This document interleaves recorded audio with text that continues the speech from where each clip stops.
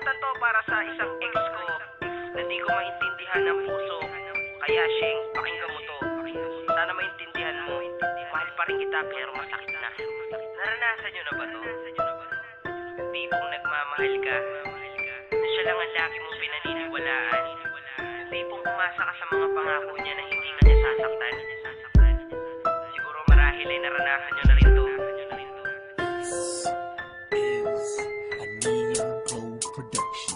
Mga huli kong sasabihin, sana'y tatandaan mo na meron ding isang katulad ko na nagmahal sa'yo. Sinubok man na panahon pero di nga sumuko.